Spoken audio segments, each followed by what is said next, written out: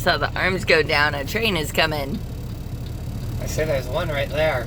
It's closing its doors right now. I don't know if that's the one. Oh yeah, it's taking off. That's the way to travel, man. Yeah. Little commuter train.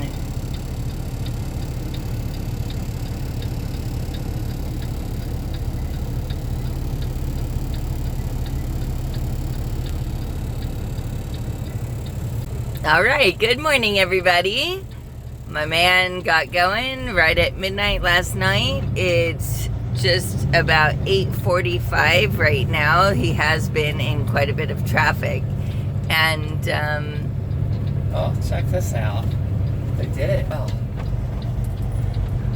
Oh, yeah, they stopped everybody way back there so that we could do what we need to do. Good job, Maryland. Yeah. All right, probably the very first left turn. Okay. Right where this red truck's going on the white car. Yep. Wow. So we are here. We're about a block away from our destination. And I believe, yeah, it's this place on the left. Oh, right here where he went? Yeah. Oh, wow.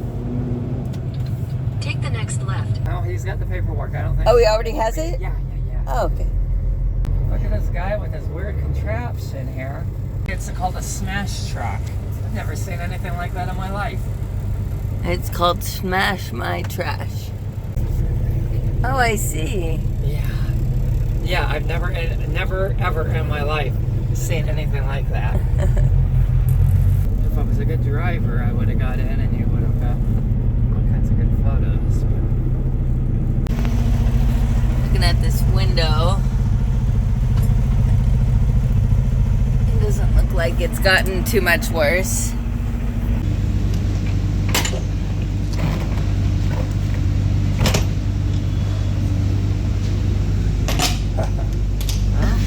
I mean, it's all there.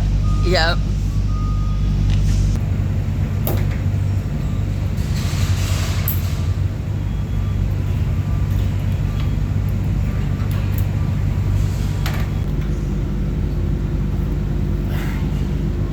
All right, let me get back in. You watch.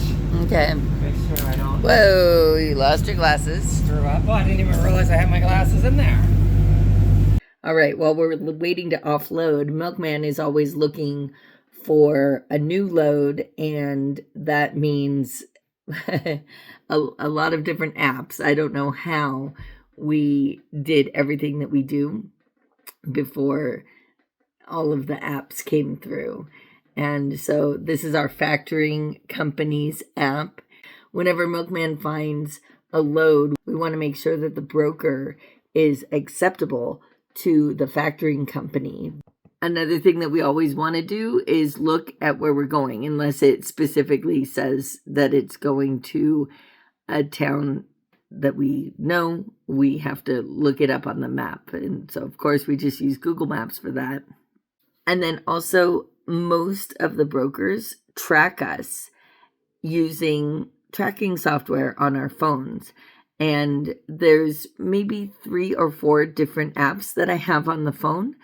They'll send the load information through the app. That way I can check in at the different stages of the load. And so here we can see that I'm just pressing the check-in button. Once we're completely finished, I will check the delivered button. Now I'm back looking at Google Maps, trying to find the town where a load is picking up from. And it's very far away, but it's on I-68. We can see I-68 there. That's good because even though it's far, far away, it's going to be really quick to get over there because it's all interstate the whole way. And now we're back to the factoring company. So when Milkman finds a load, he tells me the MC number of the broker. I put it into the app and we can see that this one is approved. Hi, good morning. I'm calling about this load from Frostburg, Maryland to Carson City, Nevada for today. Yeah, it's going to load today from 8 to 3. Okay, sounds good. Thank you so much. Yeah. All right. Thank you. We were a little concerned because we had a 10 a.m. appointment that's pretty late in the world of shipping. But yeah, we actually got another load, and it's 8 to 3. They're like 2.5 hours away. So yeah, it's gonna take us a while to get there, but it's on the way going towards where we're heading. So it's gonna be interstate driving the whole way, so it's not gonna be little weird back roads and stuff like that. So yay. So Milkman is saying he has a sinus headache. So, very sorry to hear that. You know, we were at a shower right next to the laundry. It was very stinky. Yeah. I was like, wow. And I didn't think about it. And then today, I was like, yeah, it was really smelly. Why? And it's like, oh, the wash machines were friggin' right there. Excellent job, beautiful. Excellent job to you, mister. Oh, thanks. You could see it was pure luck. Okay, hold on. Let me send him a message. And wait, don't. Hold on. Let me send both of these people a message, and then.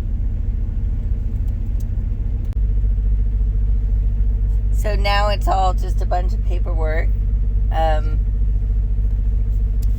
I'm taking pictures of all of the paperwork. I have to let the last broker know that we are done here and send them we call it a POD, the proof of delivery, and which is just basically the bill of lading with the receiver's signature on it. Smartphones have made this so much easier. I used to have to scan everything. There still are like these machines in the truck stop where you could scan everything, but now they just take a picture with the smartphone and send it through their app, and everything is really super easy. I'm also going to email him the POD and just a quick little note saying, yeah, we're all good here, we're set, we're good to go, we're leaving. Just to make sure that communication is key in this business. So I just want to make sure he's got, that he's aware, that he knows that I've been communicating with him, and that everything has gone smoothly. But in the meantime, mister, you may get going. Okay.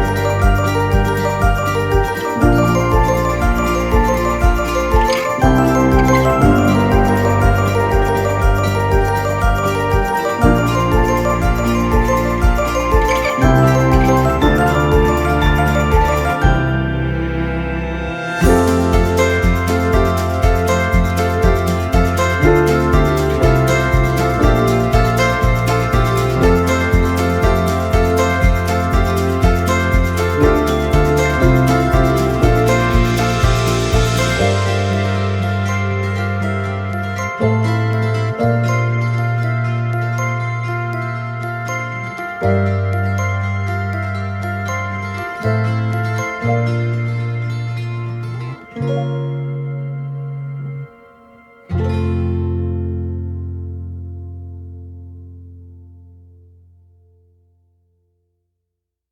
right, because I captured this on the front-facing camera, I wanted to talk about these little brake check areas.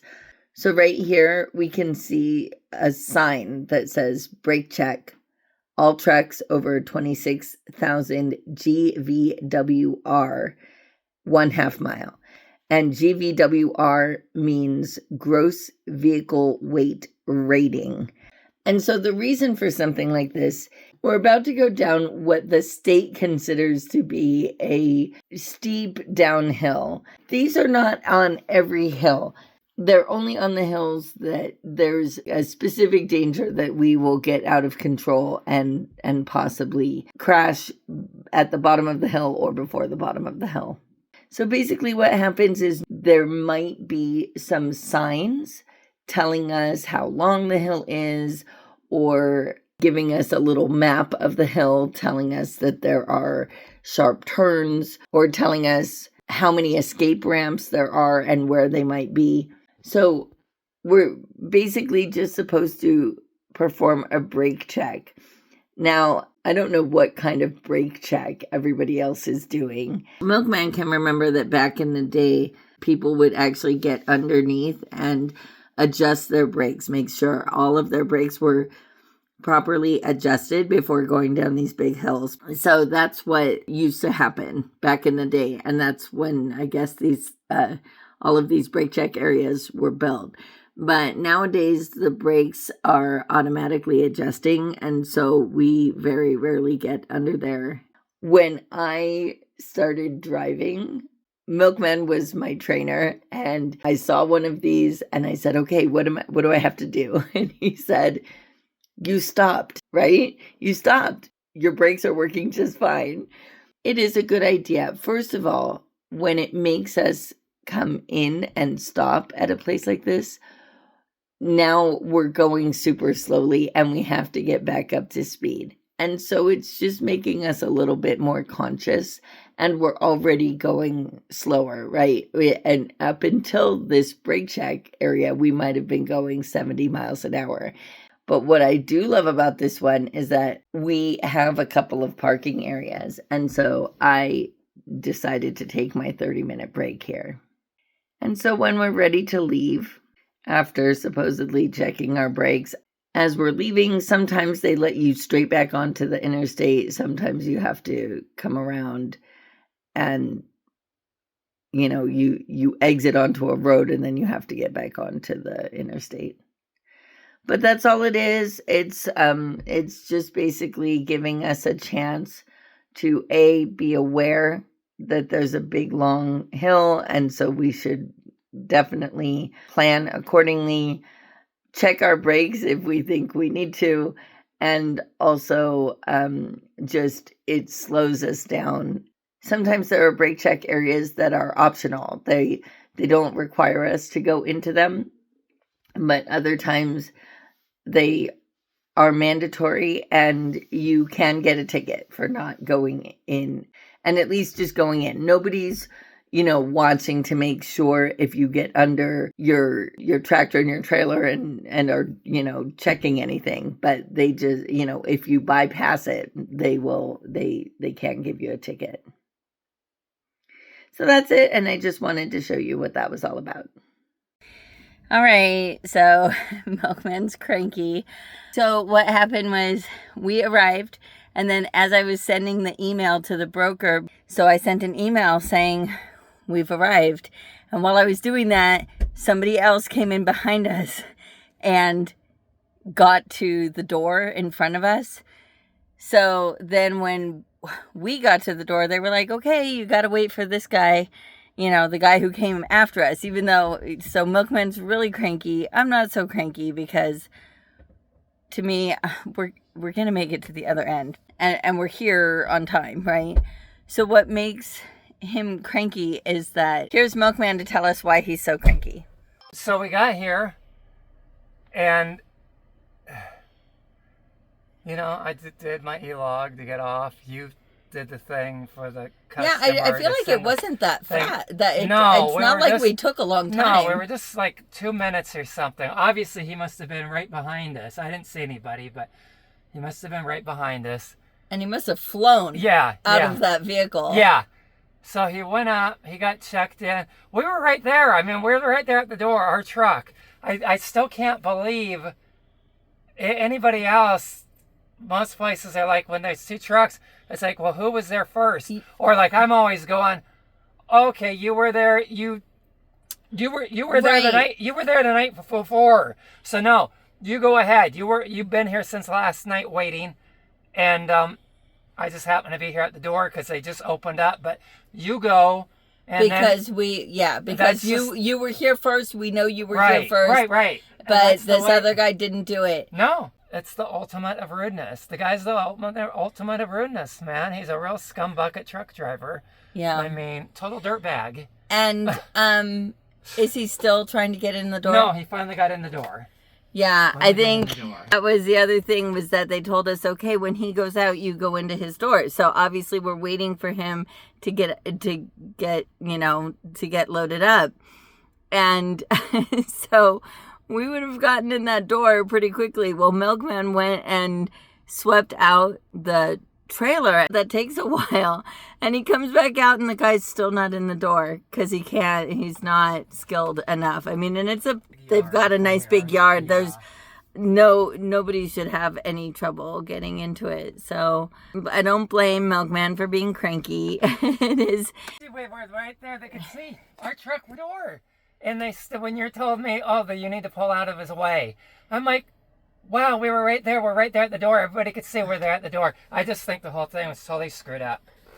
Yeah, so what Milkman is saying is that he's cranky at the shipper also, because the shipper should have said, well, who got here first? Yeah.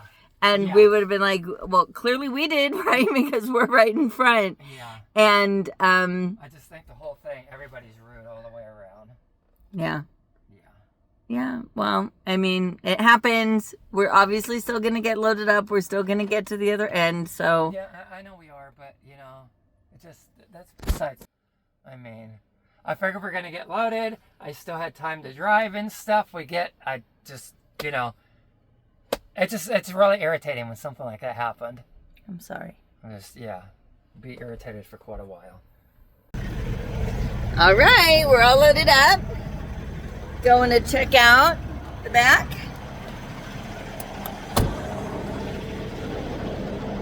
Make sure that everything looks good back there. Take a picture of it so that we can send it to the broker. And Milkman is looking like he's going to strap it. Wow. So that's what it looks like.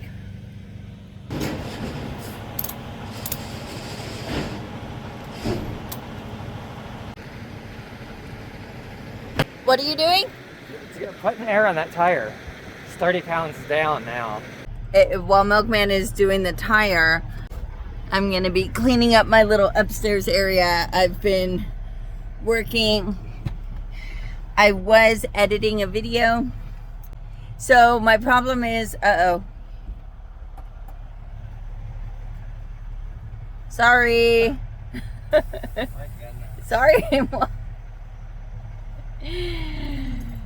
Milkman wanted me to push the red valve so that he would have air, so that he could air up the tire, but I failed him. All right, so I am ready to start driving. Excellent. Milkman is ready to start passenging and cooking. Okay. Milkman's having a reaction.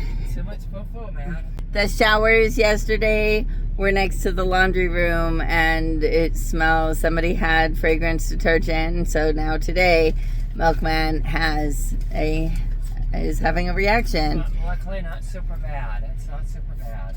Luckily, not super bad, he says. But unfortunately, when you have a fragrance reaction, when you have a fragrance allergy, it's not up to you to keep away from your allergy. It's up to the entire world, because, just like cigarette smoke, fragrance doesn't stay put on somebody's body or in their washing machine. It wafts around. I mean, that's the whole point, right? People want to smell good.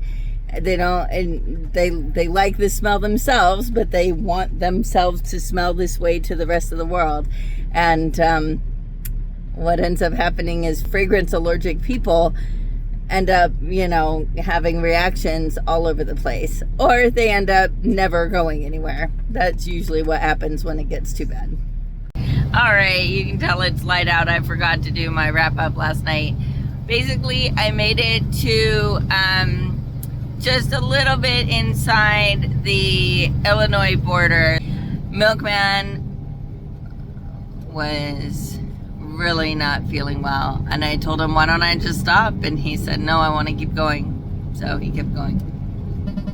So that was our day. It was a good day because we found a load going to Nevada, not going too far away. We're not going to have to, we can get through home on our way, which we're going to do because it's, delivering on Monday, and we'll probably arrive at our home around sometime in the afternoon on Saturday, so we can have a day and a half at home.